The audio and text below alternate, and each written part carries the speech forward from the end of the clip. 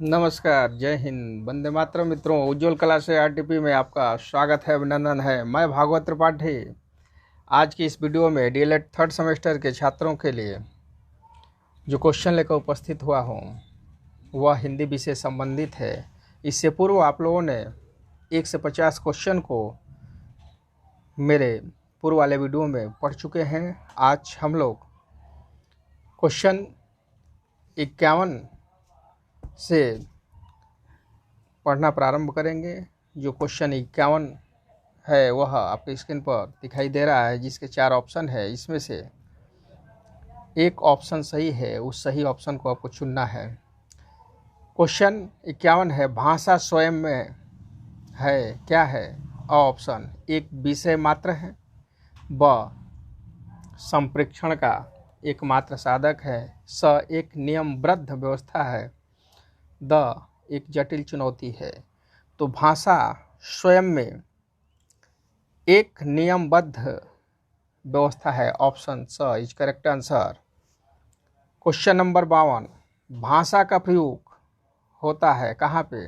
Option अ है केवल परीक्षा में होता है, ब केवल पाठ्य पुस्तकों में होता है, स केवल मुद्रित सामग्री में होता है, द जीवन के विभिन्न संदर्भों में होता है। तो जो भाषा है वह एक ईश्वरीय देन है और इस भाषा का प्रयोग हम सभी लोग जीवन के विभिन्न संदर्भों में करते हैं, अर्थात हर एक मोड़ पर, हर एक समय अपने जीवन में हम इस भाषा का प्रयोग करते हैं। तो द इज करेक्ट आंसर। 53 नंबर का जो प्रश्न है वह है, भाषा की पुस्तकें हैं अ अभ्यासपरक ही होनी चाहिए। भाषा की जो पुस्तकें हैं वह कैसी होनी चाहिए? अभ्यासपरक होनी चाहिए, साधन होनी चाहिए, साक्ष्य है, द भाषा सीखने का एकमात्र संसाधन है। तो जो इसका आंसर होगा ऑप्शन ब साधन। भाषा की जो पुस्तकें हैं वह साधन है। क्वेश्चन नंबर 54, बच्चों की भाषा के आकलन का सर्वाधिक प्रभावी तरीका क्या है? बच्चों की भाषा के आकलन का सर्वाधिक प्रभावी तरीका क्या है? ऑप्शन अ है प्रश्न पूछना और बड़ी पढ़ी सामग्री पर प्रतिक्रिया व्यक्त करना, ब श्रुत लेख, स लिखित परीक्षा, द प्रश्नों के उत्तर देना। तो 54 नंबर का जो प्रश्न है इसका जो सटीक आंसर होगा, करेक्ट आंसर होगा वह ऑप्शन स लिखित परीक्षा। क्वेश्चन नंबर 55, भाषा सीखने का उद्देश्य है। ऑप्शन अ विभिन्न स्थितियों में भाषा का प्रभावी होना, ब अपनी बात कहना सीखना, स दूसरों की बात सीखना समझना, द कोई नहीं। तो इसका जो आंसर होगा ऑप्शन अ विभिन्न स्थितियों में भाषा का प्रभावी होना, अ is correct answer. Question number 56, नायक में संधि है। अ द्वंद्व संधि, ब अयादि संधि, स यण संधि, द गुण स्वर संधि।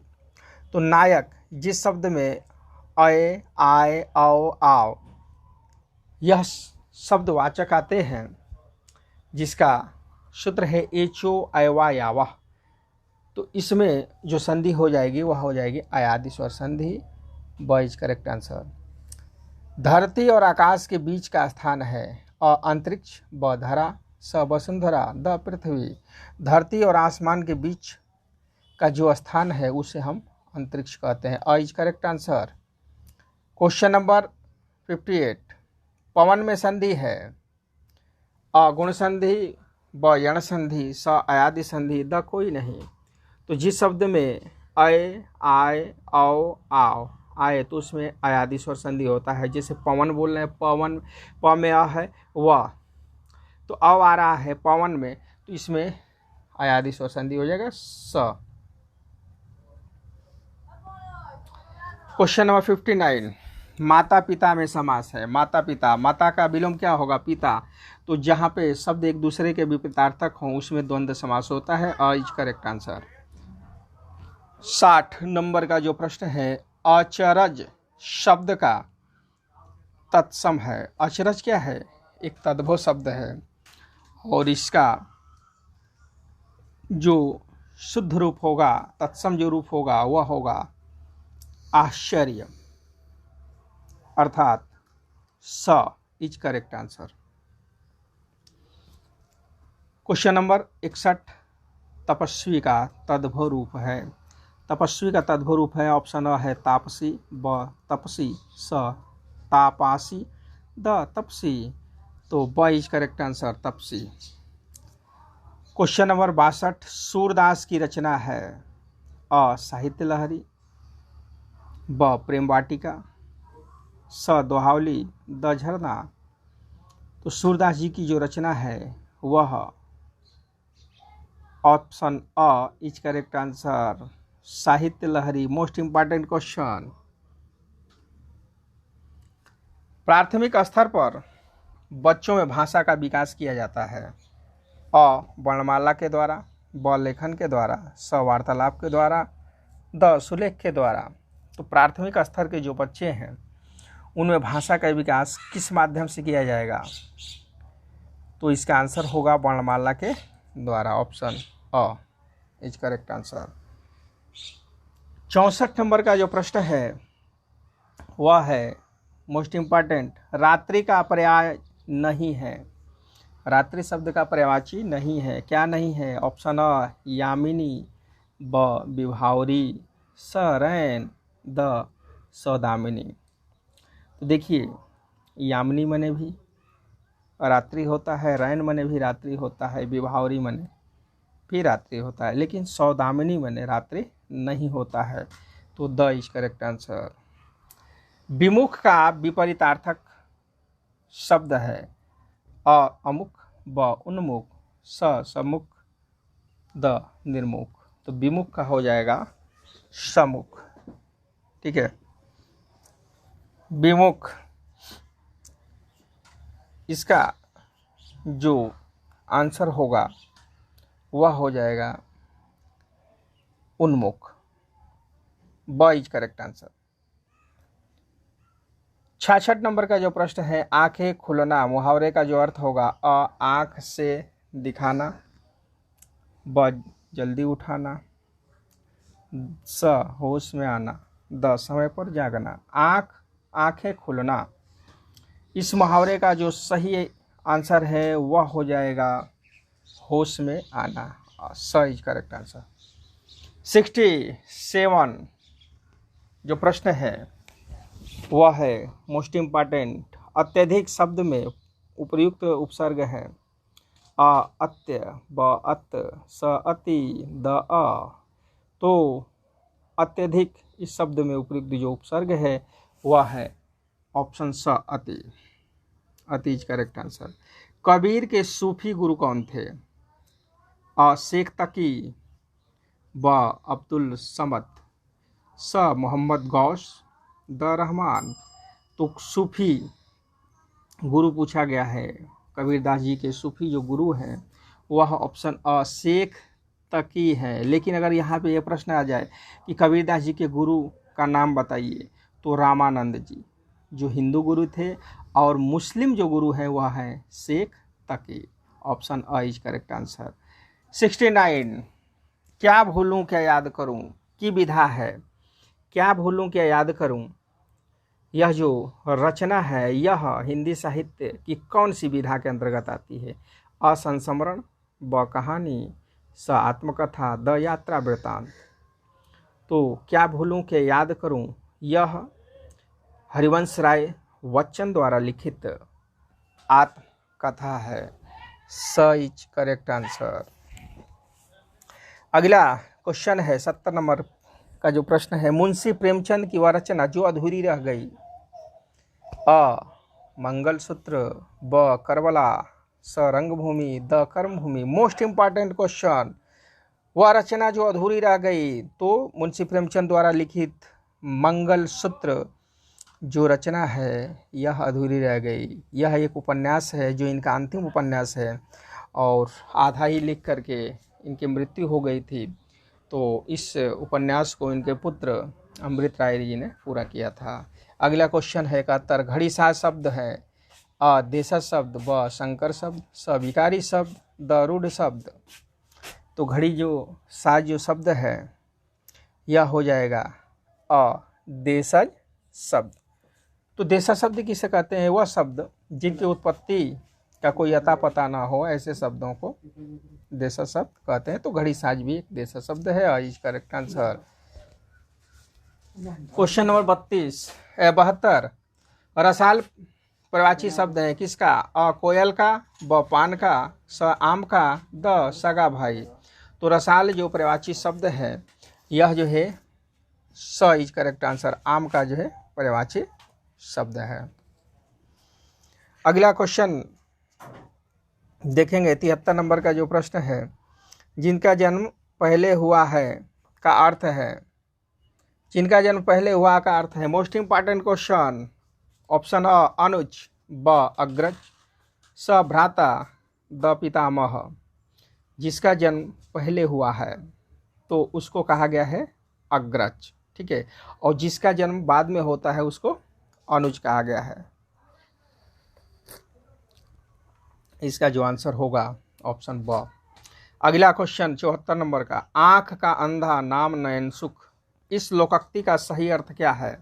ऑप्शन अ है अप्रत्याशित लाभ होना, ब अनायास सम्मान, स आत्म प्रशंसा करना, द गुण के विरुद्ध नाम होना। आंख का अंधा नाम नयन सुख, इस लोकोक्ति का जो सही आंसर होगा वह option the is correct answer, गुण के विरुद्ध नाम होना। 75 नंबर का जो प्रश्न है वह है पूरी तरह से मना कर देना। इसके लिए मुहावरा है। ऑप्शन अ मुठा दिखाना, ब अंधे की लकड़ी, स अक्ल का दुश्मन, द अक्ल पर पत्थर पड़ना। पूरी तरह से मना कर देना, इस मुहावरे का जो सही आंसर होगा ऑप्शन अ अंगूठा दिखाना। Question number 76। बीजक नामक ग्रंथ के रचयिता हैं। बीजक जो महत्वपूर्ण एक रचना है, इसके ऑप्शन है दिनकर, ब तुलसीदास, स कबीरदास, द सूरदास। तो बीजक के जो रचनाकार हैं वह ऑप्शन स कबीरदास जी हैं। और बीजक को धर्मदास जो इनके शिष्य थे उन्होंने ही बीजक में कबीरदास जी के साखी शब्द रामायणी इस पाठ को संग्रहित किया था। 77 नंबर का जो प्रश्न है, मुंशी प्रेमचंद की प्रमुख कृति है। ऑप्शन अ सेवा सदन, ब निर्मला, स कर्मभूमि, द उपयुक्त सभी। तो मुंशी प्रेमचंद द्वारा लिखित जो रचना है वह कौन सा है? तो इसमें आप देखेंगे सेवा सदन भी मुंशी प्रेमचंद जी ने लिखा है, निर्मला भी प्रेमचंद जी ने ही लिखा है, कर्मभूमि भी उन्होंने ही लिखा है। तो ये जितने भी आप रचना देख रहे हैं मुंशी प्रेमचंद द्वारा लिखित उपन्यास है। तो इसका आंसर हो जाएगा द उपयुक्त सभी। 78। बिहारी सर्वश्रेष्ठ कवि थे। अ भक्ति काव्यधारा के, ब रीतिकाल के, स आधुनिक काल के, द प्राचीन काल के। तो बिहारी जिनको रीतिकाल का जनक भी माना गया, यानी रीति काल में जो रीति सिद्ध काव्यधारा है उसका इनको प्रवर्तक माना गया है। तो बिहारी जी रीतिकाल के सर्वश्रेष्ठ कवि हैं। ऑप्शन अ इज करेक्ट आंसर। 79। पंचपात्र के लेखक हैं। अ श्री पद्मलाल पुन्नालाल बख्शी, ब वाजपेयी, स डॉक्टर नागेंद्र, द मिश्र जी। तो इसका जो आंसर हो जाएगा ऑप्शन अ श्री पद्मलाल पुन्नालाल बख्शी, अ इज करेक्ट आंसर। 80 नंबर का जो प्रश्न है वह है परिमल काव्य के रचयिता है। अ कबीरदास, ब बाबू गुलाब राय, स महादेव वर्मा, द सूर्यकांत त्रिपाठी निराला। तो परिमल सूर्यकांत त्रिपाठी द्वारा लिखित रचना है, काव्य है, तो द is correct answer. Suryakant Tripathi Nirala ji छायावादी युग के 4 स्तंभ कवियों में आते हैं। इनकी गणना एक महाप्राण महारुद्र की उपाधि के द्वारा की गई है। इनको निराला की भी उपाधि दी गई है। अगला जो क्वेश्चन है 81 नंबर का जो प्रश्न है, अंधे के हाथ बटेर लगना, इसका अर्थ क्या है? अ बेतुका मेल मिलना, ब बिना कुछ किए फल की प्राप्ति, स व्यवहार में स्पष्टता, द इनमें से कोई नहीं। अंधे के हाथ बटेर लगना, इसका सही आंसर होगा ऑप्शन ब, बिना कुछ किए फल की प्राप्ति। 82 नंबर का जो प्रश्न है जो आपके स्क्रीन पर दिखाई दे रहा है वह यह है, दूध का दूध पानी का पानी से क्या तात्पर्य है? ऑप्शन अ गुणगान करना, ब पीना, स दूर की बातें, द सच्चा न्याय। तो दूध का दूध पानी का पानी, इसका सही आंसर होगा सच्चा न्याय। 83 आँख का कांटा से तात्पर्य है, अ गप्पे लगाना, ब दुश्मन, स गलत व्यवहार करना, द इनमें से कोई नहीं। आँख का कांटा होना, इससे तात्पर्य है दुश्मन होना, यानी ब इज करेक्ट आंसर। 84 नंबर का जो प्रश्न है वह यह है, खून खौलना से तात्पर्य है, अ प्यार करना, ब गुस्सा आना, स डांटना, द इनमें से कोई नहीं। खून खौलना, इसका इस मुहावरे का जो सही आंसर है वह गुस्सा आना, ब इज करेक्ट आंसर। 85 नंबर का जो प्रश्न है, हमारा राष्ट्रीय पर्व है, अ 15 अगस्त, ब 19 अगस्त, स 26 जनवरी, द इनमें से कोई नहीं। तो हमारा जो राष्ट्रीय पर्व है वह हो जाएगा 26 जनवरी, 15 अगस्त, 2 अक्टूबर। तो इसमें से देखिए 15 अगस्त दिखाई दे रहा है, a is correct answer. 86 Deepavali कब मनाई जाती है? अ माघ माह में, ब सावन माह में, स कार्तिक माह में, द फाल्गुन माह में। तो दीपावली का जो पर्व है वह कार्तिक महीने के अमावस्या तिथि को मनाई जाती है, स इज करेक्ट आंसर। गांधी जयंती मनाई जाती है, गांधी जयंती कब मनाई जाती है? 2 अक्टूबर को, 5 अक्टूबर को, 15 अक्टूबर को, या इनमें से कोई नहीं। बिल्कुल ही आसान question, 2 October, a is correct answer. 88 number का जो प्रश्न है वह बच्चा जिसके माँ बाप दोनों ना हो, यानी जिस बच्चे का माँ बाप दोनों ही मर गए हों, उसे क्या कहेंगे? अनाथ, अजर, अजय, इनमें से कोई नहीं। तो जिसका कोई नाथ ना हो उसे अनाथ कहा गया है, a is correct answer. 89 number का जो प्रश्न है वह यह है, जो कभी बूढ़ा ना हो, इसके लिए एक शब्द होगा, अ असुरिया, ब अमर, स अकिंचन, द अजर। जो कभी बूढ़ा ना हो तो उसको कहा गया है अजर। जर माने क्या होता है? बुढ़ापा। और जो कभी बूढ़ा ना हो उसे कहेंगे अजर, the is correct answer. 90 number का जो प्रश्न है वह है, जल से उत्पन्न को कहते हैं, अ जलज, ब सूर्य, स चंद्रमा, द इनमें से कोई नहीं। तो जल से उत्पन्न को कहते हैं जलज, यानी जल में जन्म लेने वाला, जैसे कमल है, जलकुंभी है इत्यादि। तो जल से उत्पन्न होने वाले को कहते हैं जलज, अ इज करेक्ट आंसर। औपचारिक स्थल है, 91 नंबर का प्रश्न है, औपचारिक स्थल है, अ घर, ब डाकघर, स मंदिर, द इनमें से कोई नहीं। तो औपचारिक जो स्थल है वह क्या है? डाक घर, ब इज करेक्ट आंसर। 92 नंबर का जो प्रश्न है वह यह है कि रचना का अर्थ है, अ निर्माण, ब सजाना, स नवसृष्टि, द उपयुक्त सभी। तो रचना का जो सटीक आंसर होगा वह होगा द उपयुक्त सभी। 93 कौन सी वर्तनी शुद्ध होगी? अ त्याज, ब तयाज, स त्यज, द त्याजय। तो इसमें का जो शुद्ध वर्तनी होगा वह होगा स इज करेक्ट आंसर, त्याज्य। 94 नंबर का जो प्रश्न है वह यह है कि वाचन क्या है? अ सुनना, ब लिखना, स पढ़ना, द बोलना। तो वाचन, वाचन से तात्पर्य है बोलना, द इज करेक्ट आंसर। 95 रचना के आधार पर क्रिया के कितने भेद हैं?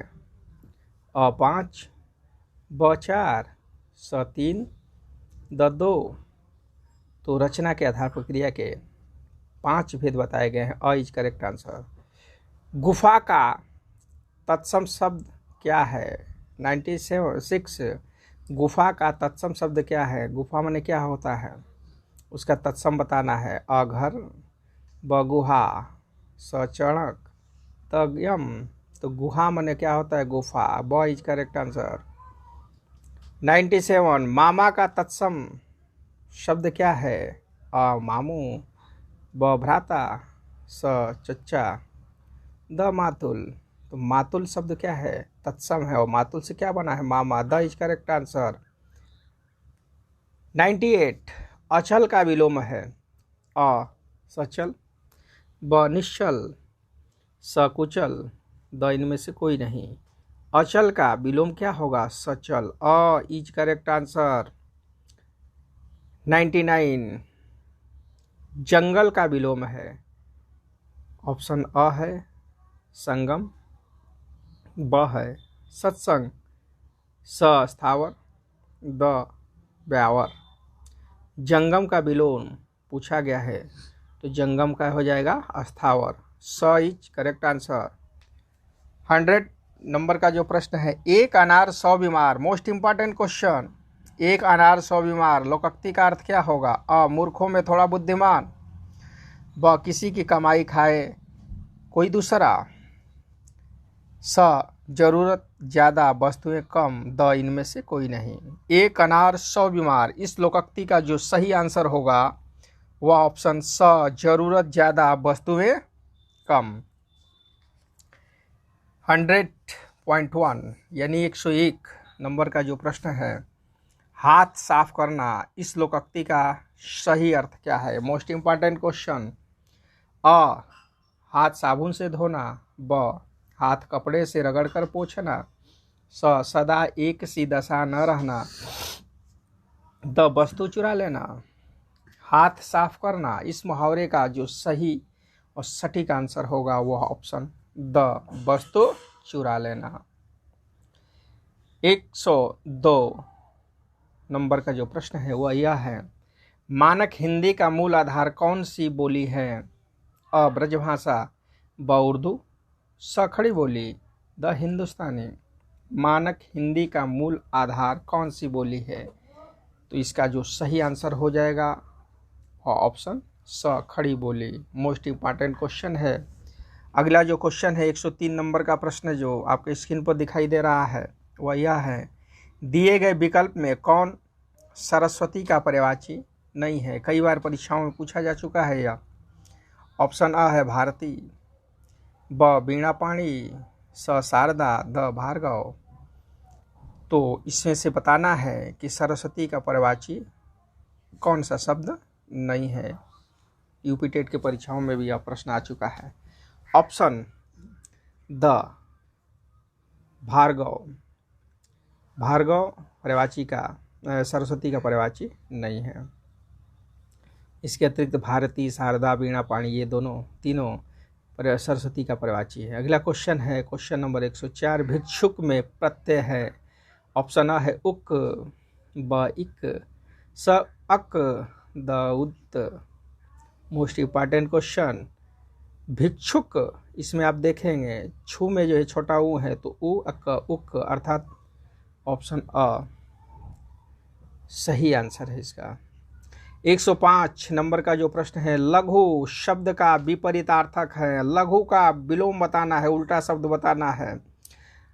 ऑप्शन अ है महान, ब विशाल, स दीर्घ, द उत्तम। तो लघु माने छोटा, दीर्घ माने क्या होता है, बड़ा। स इज करेक्ट आंसर, लघु का हो जाएगा दीर्घ। ऑप्शन प्रश्न 106 नंबर का जो प्रश्न है वह है पूरब और उत्तर के बीच की दिशा को क्या कहते हैं। ऑप्शन अ है वातायन, ब ईशान, स वायव्य, द क्षितिज। पूरब और उत्तर के बीच की दिशा है इस प्रश्न का उत्तर होगा ऑप्शन ब ईशान। Most important question. अगला जो क्वेश्चन है वह है ओठ का तत्सम शब्द है। ओठ का तत्सम क्या होगा शब्द। अ घृत, ब घट, स ओष्ठ, द अंगुली। बिल्कुल आसान प्रश्न, तो इसका जो आंसर हो जाएगा ऑप्शन स ओष्ठ। 108 नंबर का प्रश्न है, पत्थर का पर्यायवाची है। अ शिलाखंड, ब गिरी, स चोटी, द इनमें से कोई नहीं। तो शिला माने क्या होता है, पत्थर, खंड माने टुकड़ा, तो शिलाखंड, अ इज करेक्ट आंसर। 109 नंबर का प्रश्न है, राजा का पर्यायवाची है। ऑप्शन अ सेनापति, ब नृप, स किसान, द मंत्री। तो राजा का पर्यायवाची पूछा गया है, तो नृप माने क्या होता है, राजा, तो ब इज करेक्ट आंसर। तो मित्रों, आज की इस वीडियो में बस इतना ही। मुझे पूरा विश्वास है कि ये वीडियो आपको अवश्य पसंद आएगा। आप लोग घर रहें, सुरक्षित रहें और इस कोरोना जैसी वैश्विक महामारी में जहाँ पर भी रहें वहाँ से अपना अध्ययन सुचारू रूप से जारी रखें। हमारा चैनल उज्ज्वल कला से आरटीपी का एक ही उद्देश्य है कि इस कोरोना जैसी वैश्विक महामारी में हमारे देश के जो विद्यार्थी हैं वह पढ़ाई से वंचित न हो पाएँ, वह घर बैठ कर के ही अपने पाठ्यक्रम को पूरा करते रहें। क्योंकि अभी आपकी परीक्षाएं संपन्न नहीं हुई है। सेमेस्टर वाइज जितनी भी परीक्षाएं हैं उनको होना है, बड़े ही थोड़ा सा देर हो सवेर हो जरूर होगा। तो आप इस भ्रम में न रहिए कि हम लोगों की परीक्षा भी प्रमोट कर दी जाएगी।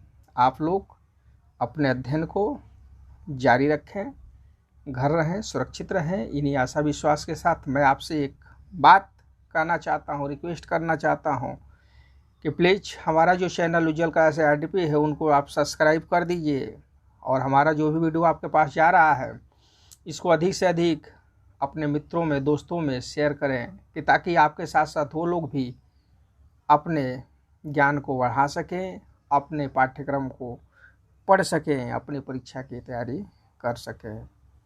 अगर ये वीडियो आपको अच्छा लगे तो इसे शेयर करना न भूलें। कमेंट के माध्यम से हमें बताएं कि यह वीडियो आपको कैसा लगा और हमारा चैनल उज्ज्वल कला से आरटीपी है उसको सब्सक्राइब करके बेल आइकन दबा दें। इन्हीं आशा विश्वास के साथ मैं इस वीडियो में आपसे विदा लेता हूं।